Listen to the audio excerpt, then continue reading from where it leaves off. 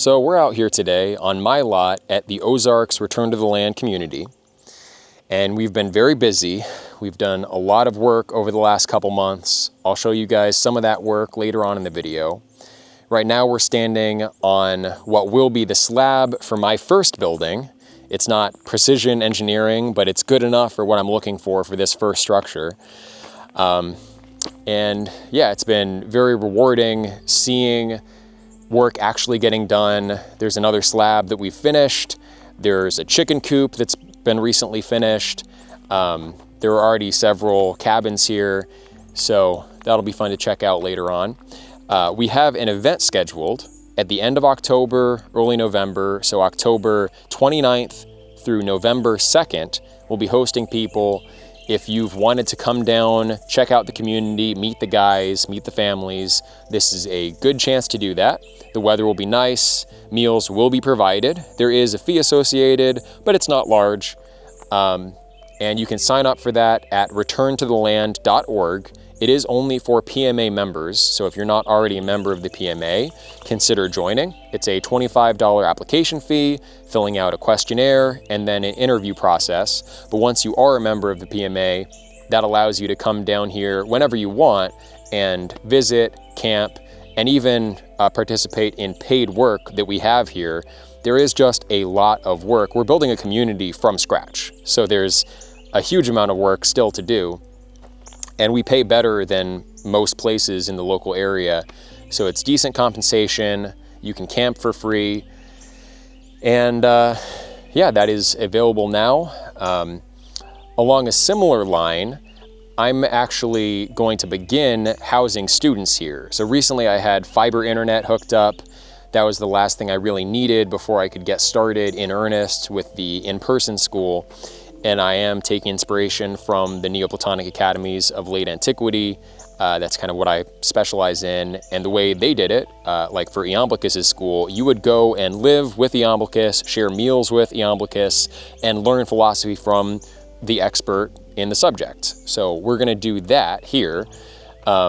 If 2 to 5 people sign up for a $400 a month room and board / tuition, then I will go ahead with getting a portable building set up with air conditioning, with internet, with cots to sleep in, and we'll get going with the in-person school.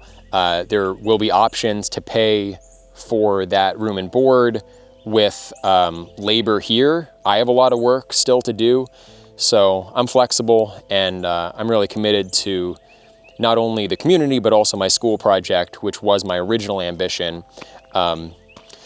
But yeah, so that is now available. The school could be starting, the in-person school, in the not too distant future. Of course, the ambition is to go much larger, and one day the school will be housed out of the community center when that's finally built. The location for that is across this brush here, and that'll be a sizable building, a nice looking building. We're also, of course, doing homeschool groups starting September this year. And we'll expand to other subjects, more kind of modern day, relevant, economically kind of subjects. But we don't want to forget the classics. We don't want to forget philosophy. It is still, I think, the cornerstone that everything else should be built on. Speaking of which, also with the reading groups, we are resetting the elements. We're reading Euclid's Elements. We've been doing that. We did the arithmetical books already, books 7 through 11, just because in the traditional Greek pedagogy, you learned arithmetic, that is what is today number theory, before you learned geometry. So we've done that, and now we're going on to the beginning, technically, of Euclid's text. And it's a classic text. It's still a good textbook for geometry. It was used as like the primary textbook, even into the 1800s. It's still practical for that today. And also the historical value of these texts is enormous. It's worth actually getting in and learning the method that they used. This is part of an overall ambition that I have with the reading groups to proceed through Plato and Aristotle, Euclid, through all of the great geometers of antiquity, through some of the Renaissance thinkers, Renaissance alchemy. If you want to understand the Western mainline intellectual tradition, you need to start with this foundation. Or if you want to study the Western occult tradition, you also have to have a groundwork in Platonism, some of this geometry stuff, and so forth. Of course, Plato famously had a sign outside of his academy that said, if you don't know geometry, you can't enter here. So it's important stuff, valuable stuff, practical even in everyday application. I constructed a regular rectangle using some of Euclid's methods here. So yeah, this will be the slab for my first building. I'm going with a 30 by 40 foot metal building. I'm doing a building in a box kit from a local company. I probably wouldn't have done that, except it's a great deal. Overman Buildings is the company, and they'll do these buildings in a box basically at cost. And all the lumber is pre-cut, or nearly all of it, so it's much easier to put together than starting from scratch. So yeah, that's actually, I'll just tell you the price for a 30 by 40, that is 1,200 square foot building, $9,500. Really can't beat that. The slab here will probably cost somewhere between $7,000 and $9,000. All this gravel was like $1,500. So that puts the actual cost of the building itself, not including insulation, etc., somewhere around $20,000, which is pretty great for the square footage. This isn't, as you can see, precision engineering. I have a basic kind of 12 to 18 inch footer. The majority of the actual weight of the structure will sit on the footer. That's why it's deeper. It also helps to make sure the slab doesn't go anywhere as, you know, the ground shifts. I'm using cinder blocks as the form because I can take those away after I've poured the slab and use them for other things. If you use wood forms, very often you won't be able to use that wood again. So I figured I might as well use a form that I could keep and use for other stuff. The process was pretty simple. I put stakes in the ground, used a transit, leveled the space, put the gravel down. I've run lines as I put in the actual cinder blocks here. All really kind of rudimentary work that anybody could do and figure out. You know, you can get real fancy with it. Some of the other projects we'll look at were much more precision engineered than what I've done here, but this is good enough for my purposes. This won't be my permanent residence. This will initially be where I move my family into while I sell the house that I have about 40 minutes away. And then it'll probably be a shop after the main kind of permanent house is built. So that's what's going on here. You can see my drain pipe has been installed. I might have done the grade on that, the slope, a little bit too much. I thought more was better, but apparently there's a reason why they recommend exactly the grade that they do for that. It should be fine since it won't be a permanent residence. And I might have to, you know, flush some lines out more than I otherwise would. But again, good enough for what I'm going for here. And in the meantime, I'm living in my RV. You can see over there that I had when I first came down trying to homestead in Arkansas by myself right at the beginning of COVID. And so it's a good option. You know, if you wanted to buy in to the community here, get 3 acres, drop down an RV, you could be fairly comfortable fairly quickly, and within a couple months, build a space for yourself and then sell the RV. It's really becoming achievable because of the model that we have here. The land is affordable. There are people to help out with expertise and labor and just skills sharing. So a lot of people have thought about homesteading in the past. A lot of people have thought about intentional community. We're trying to solve this kind of problem in a streamlined way, in a way where we all are protected legally. We have secure property claims that we can legally enforce. Our investments will be rewarded, and there are opportunities for investment here. People are starting companies. Scott, who's holding the camera, started an excavation company recently. And that's going to be useful for, we'll contract him to do work here, and he'll also do work for other, you know, other buyers, other customers in nearby areas. So there really is a lot going on here. I'm proud to be a part of it. You know, I don't take credit. This isn't my community per se. I am the president of the PMA, but it's, you know, honestly, like Peter Siri, who came up with most of the legal framework, does a lot more work than I do. So he deserves more of the credit for this than he gets. So check out Peter on Telegram and on X, and check out Scott's channel on YouTube. I'll link all of that in the description. If you want updates on what we're doing, you want to ask about what we're doing, and we're also interested in working with people who do want to set up affiliate chapters in the future in other places.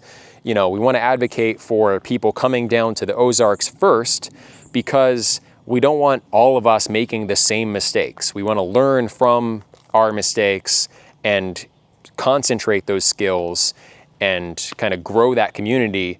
And then if people want to go elsewhere, we can do that with each other's help, with the networking, with the support. So that is what we're going for. Again, to start that process, it would be a great idea to attend the October/November event.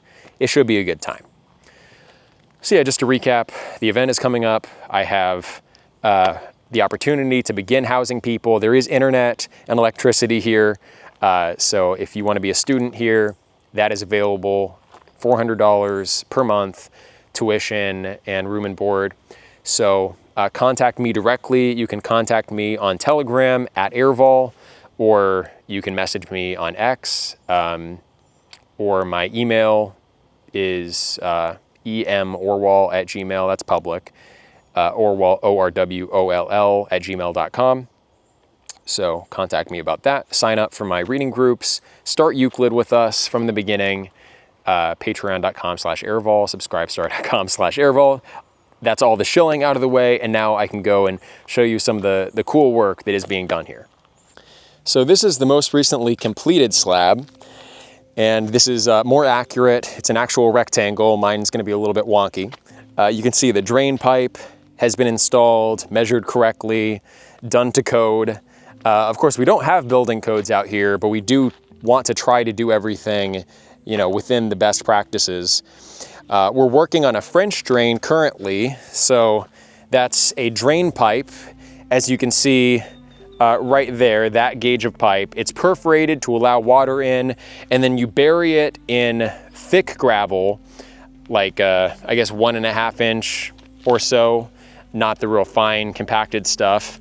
That allows the water to seep into the drain and then follow this drain path out. It keeps the bottom of the foundation dry, prevents moisture from rising up through the concrete, contributing to mold, mildew in the walls eventually. So just a good practice, French drains. Here we have the septic system that was installed months ago for this structure. This will be a starter home specifically for a family. And we're aiming for between $70,000 and $85,000 as the price for this house and the 3 acres surrounding it, with the option of renting to own. So instead of getting a traditional mortgage, we'd like to make it possible to not pay double the price in interest to a bank, and actually, you know, make it affordable to own a home. This is going to be a 2-story structure. So it's not a huge footprint, but with the second story, it's going to be a good amount of square footage. Good road access here, electrical access. And yeah, that 3 acres is one day going to have a really nice view. There's a big kind of canyon here that once some of this brush and trees are cleared is just going to be gorgeous. A lot of great views on this property. So yeah, that's the most recent slab. Hi, I'm Scott. This is one of my buildings up front that me and my family have been camping out of for a little bit before the last event. But since it's up front, it has access to power, so we have air conditioning, and it's on skids, so we're going to drag it away later to another lot. So the lot that I'm on now will actually be a site for construction of a second family home. So there'll be another one up here. And then so that's why these buildings up here are just temporary. So yeah, if me and my wife and, you know, my 6 kids are all able to camp out here, then you guys definitely can too. So this is an example of a wooden foundation that we're working on for a simple 10 by 12 kitchen building. This will be replacing the kitchen tents that we've been using out here. So this is just sitting on blocks on the ground, not tied in. For a small structure like this that you might want to move in the future, sitting on cinder blocks is perfectly fine. So we have two big runners here that support the floor joists. And yeah, it's going to be a nice little building, very functional. When it's ready, the guys are working on this now. So here's an example of a 12 by 16 cabin that we built months ago. Material costs were only $2,500. So there's all sorts of different budgets that are workable here. These fields were leveled and dozed and seeded, and they're doing pretty well. The sheep are enjoying them. So here's a 12 by 16 cabin that is nearly complete. We've been working on this for a while. Very sturdily built. It's timber framed. It's tied in to these concrete pillars that go down a ways into the ground. It has a nice steep pitch, so there is a very usable loft space. If there is a tornado on the property, currently this is the building to go to because it is built like a rock.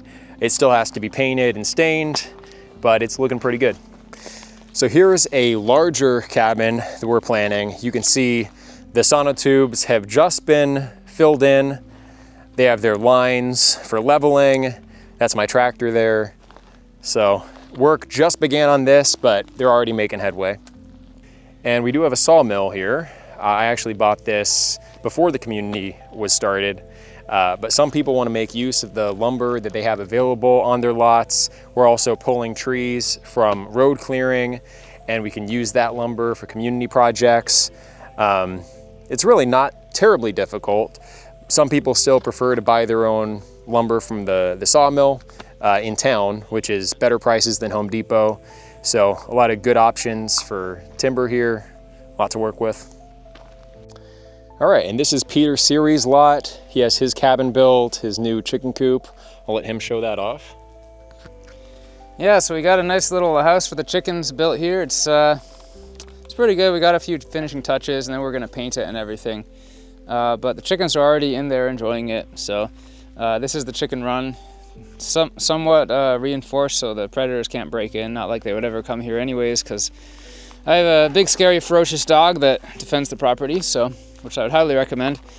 I had a little cornfield over here. I already cut down like half of it to feed to the chickens, and it was a pretty good corn. It was like a heirloom white corn variety. So I cooked some of it and ate it, and then I also chopped some down. Now it's already gone. It's past harvest. So I'm just gonna feed the rest of it to the chickens, and they enjoy it. So pay no attention to my overgrown vegetable garden. There are some things growing in there though. And this is the cabin that we just started painting.